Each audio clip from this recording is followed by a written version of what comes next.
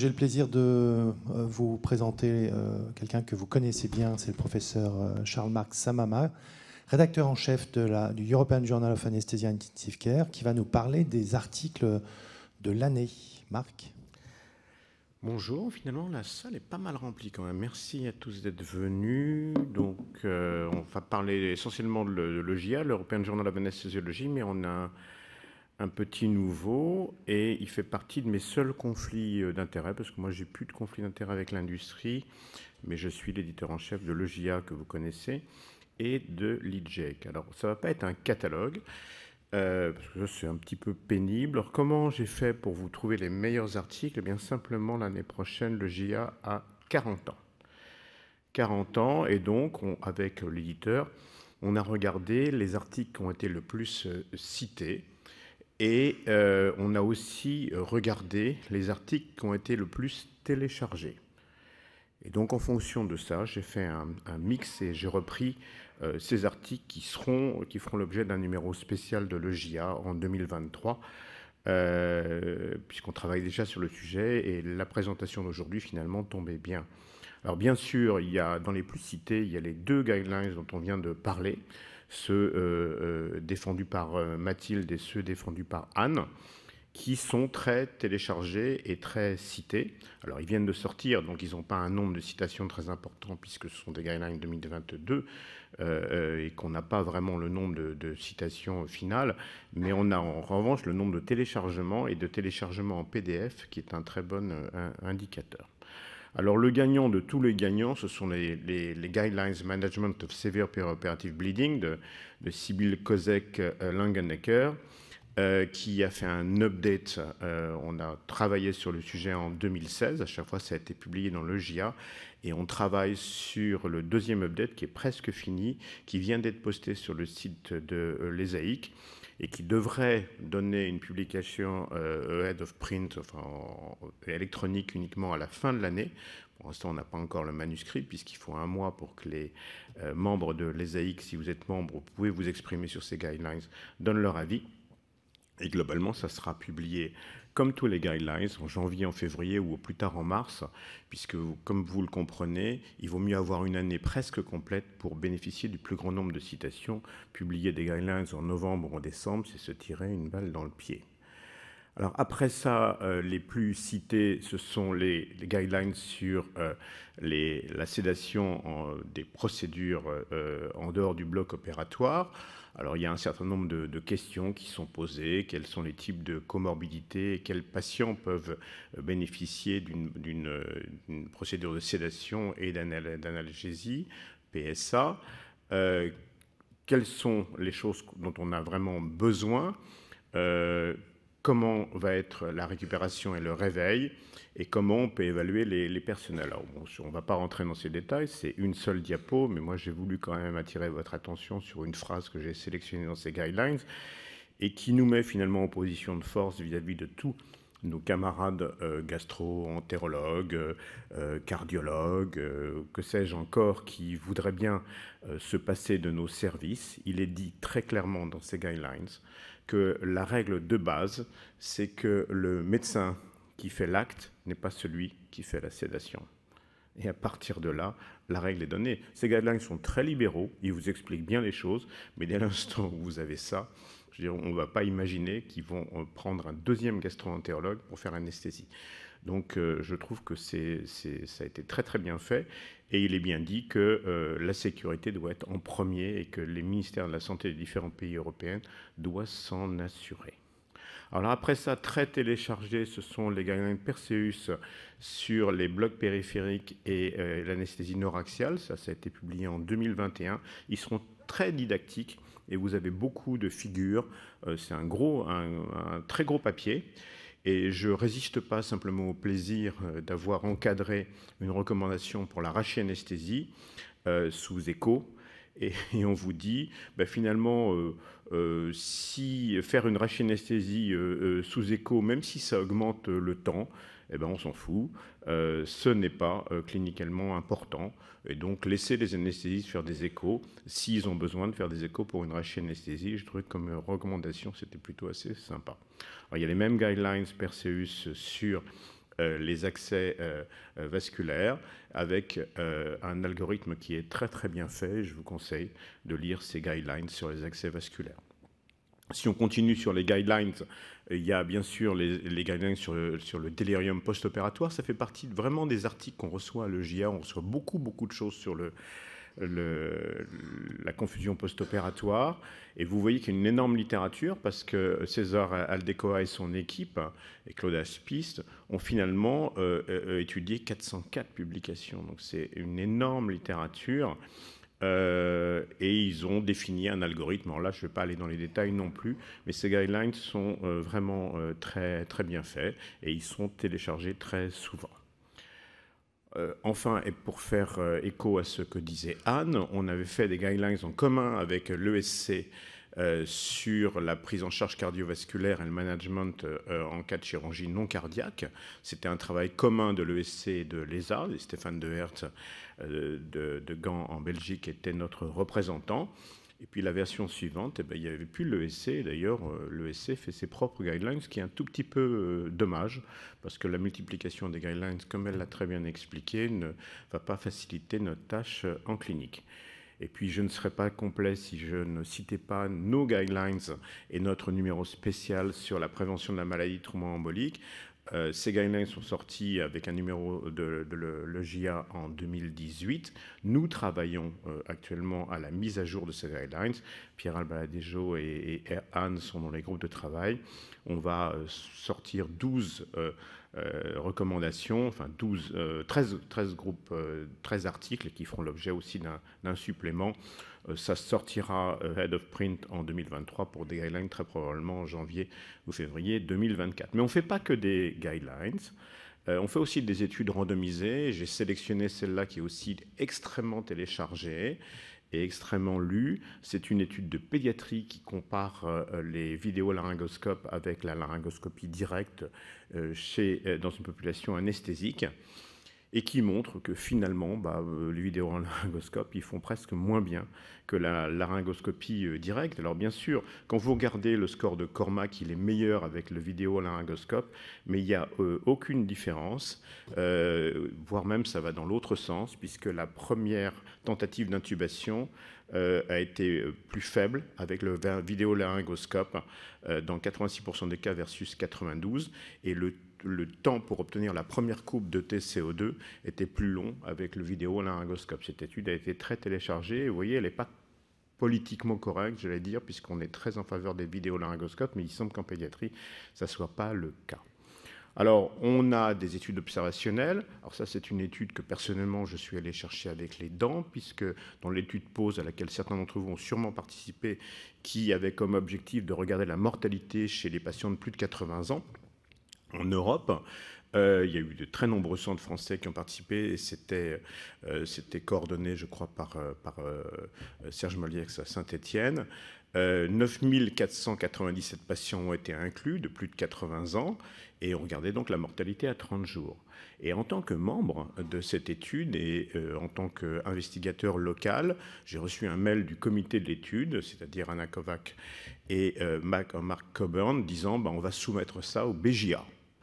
Mais c'était une étude de l'ESAIC, soutenue par l'ESAIC, payée par l'ESAIC. Et là, j'ai un tout petit peu râlé et je leur ai proposé un bypass, en tout cas une publication rapide dans l'EJA, ce qu'ils ont sportivement accepté. Et ils ont même publié une étude ancillaire avec le midazolam. Alors je trouve qu'ils ont bien fait parce que leur papier, il est très bien. C'est quand même une très belle étude observationnelle qui inclut tous les types de chirurgie possibles et imaginables. Vous voyez, il y a même un patient de plus de 80 ans qui a eu une transplantation. Tous les types d'anesthésie, 53% d'anesthésie générale, 18% de sédation, 17% d'anesthésie régionale, combiné 11%. Ce qu'on voit, c'est qu'il y en a très peu qui sont monitorés, seulement 15%, et puis qui ne sont pas tous extubés à la fin. Il y en a quand même 9% qui ne sont pas extubés. Et les résultats, finalement, montrent qu'on a une mortalité à 4,2%, et bien sûr, plus on est vieux, plus on meurt, mais ça, ce n'est pas un scoop que je pense vous apprendre aujourd'hui. Donc c'est un beau travail, et j'étais fier que ça soit publié très vite. C'est l'équipe éditoriale qui a fait le reviewing, comme ça on a vraiment gagné du temps. et je trouve que c'est quelque chose à faire pour soutenir les études de l'ESAIC. Il y a une autre étude de l'ESAIC qui est une étude en pédiatrie que Mathilde doit connaître, c'est l'étude de Nectarine sur la transfusion et les cut-offs de transfusion en pédiatrie. Et c'est pareil, elle vient d'être publiée là en 2022 et elle montre que finalement à la première semaine, deuxième semaine ou troisième semaine, ce sont des tout petits enfants, eh bien les cut-offs sont un peu plus bas dans la réalité, c'est une étude observationnelle, dans la réalité que les guidelines le suggèrent. On est à des taux d'hémoglobine un petit peu plus bas, avec une morbidité, une mortalité qui est plus élevée que ce qu'on attendait. Et donc, ça soulève le fait qu'il faut des guidelines. Et cette étude Nectarine apporte des choses. D'accord, elle n'est pas randomisée, mais c'est une très belle étude observationnelle. Alors, on n'a pas que des études, on a aussi des points de vue qui ont été très largement téléchargés. Simon Gellman, qui a 84 ans et qui est un grand anesthésiste physiologique américain, a écrit cet éditorial sur What Drives Venous Return. Et ça a été très, très débattu. Il y a eu beaucoup de lettres et moi, je suis très reconnaissant à Simon d'avoir écrit ça.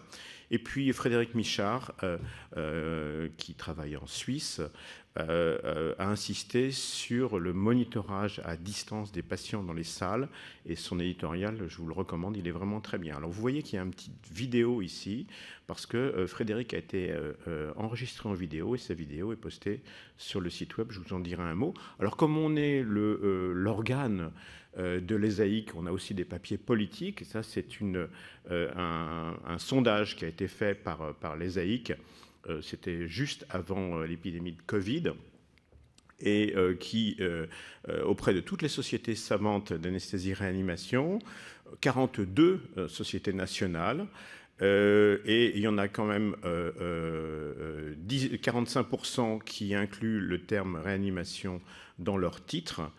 Et globalement, ce qu'on voit, c'est que les anesthésistes s'occupent beaucoup de réanimation et que 70% des lits de réanimation sont tenus en Europe par des anesthésistes et 100% en Scandinavie, 30% étant managés en Europe par les intensivistes. Alors, le papier, il a ses limites parce que si vous fixez, je suis sûr que vous êtes en train de le faire, vous voyez qu'en France, les anesthésistes font 100% de la réanimation et vous savez comme moi que ce n'est pas tout à fait vrai. Alors, un petit papier aussi pour donner un coup de patte aux revues prédatrices, et c'est un papier qui a été écrit par Sacha Rosenzweig, Nathan Pfeffer-Smadja, Arthur James et Lee Cantor, et qui vous donne une roue de la qualité pour essayer de ne pas publier dans ces revues prédatrices, discuter avec les collègues, utiliser les listes de journaux présentables, éviter de répondre à tous les mails que vous recevez tous les jours pour publier gratuitement ou pas gratuitement du tout dans une revue. Et puis, essayer de vous renseigner le plus possible sur le fait qu'il y a un comité de lecture, si c'est reviewé, etc., etc., et choisir les journaux qui sont indexés dans des databases. Mais vous savez que maintenant, il y a des revues prédatrices qui ont des impact factors et qui sont indexées sur PubMed, donc c'est extrêmement difficile.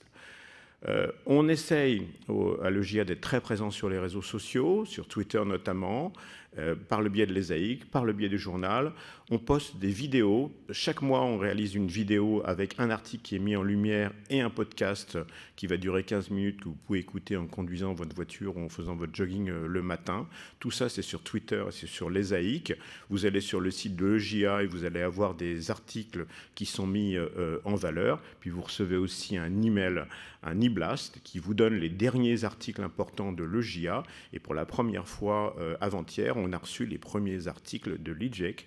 Donc ce journal Open Access, avec des tarifs qui ne sont pas très élevés, parce que pour un édito ou une lettre, c'est 600 €, et pour une revue générale ou une étude randomisée, c'est 1500. Et voilà donc deux articles qui viennent de sortir dans l'IJEC, une revue de physiologie appliquée par Pierre-Grégoire Guinaud, Stéphane André et Dan Longrois sur le couplage ventriculo-artériel, et puis aussi une revue générale sur la PBM, Patient Blood Management en réanimation, fait par l'ancien président de l'ESAIC, Kai Zakharowski, et son équipe. Donc j'en aurais terminé. Le GIA et les IJEC, en résumé, ce sont vos journaux si vous êtes membre de l'ESAIC, mais aussi de la SFAR comme membre associé. Vous avez accès électronique aux 2 journaux.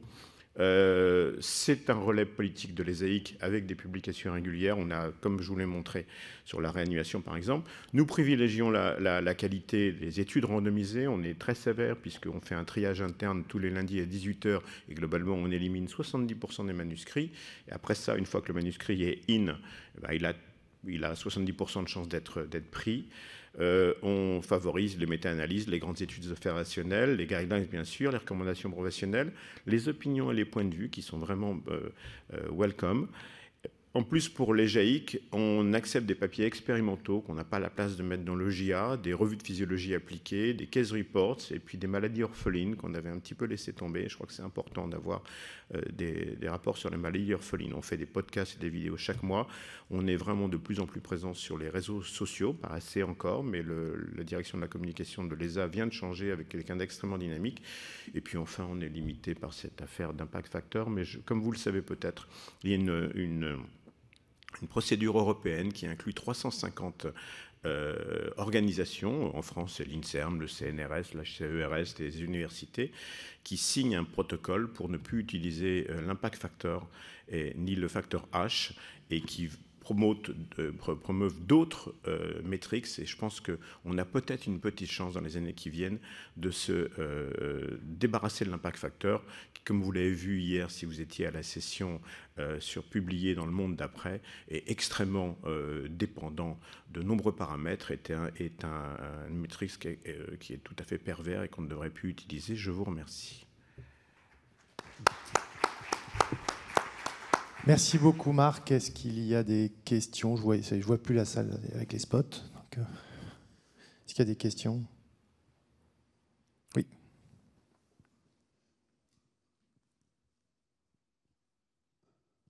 Bonjour, Jean-Pierre Rameau de Strasbourg. Au tout début de la session, vous aviez parlé de la place des recommandations européennes et de leur applicabilité en France.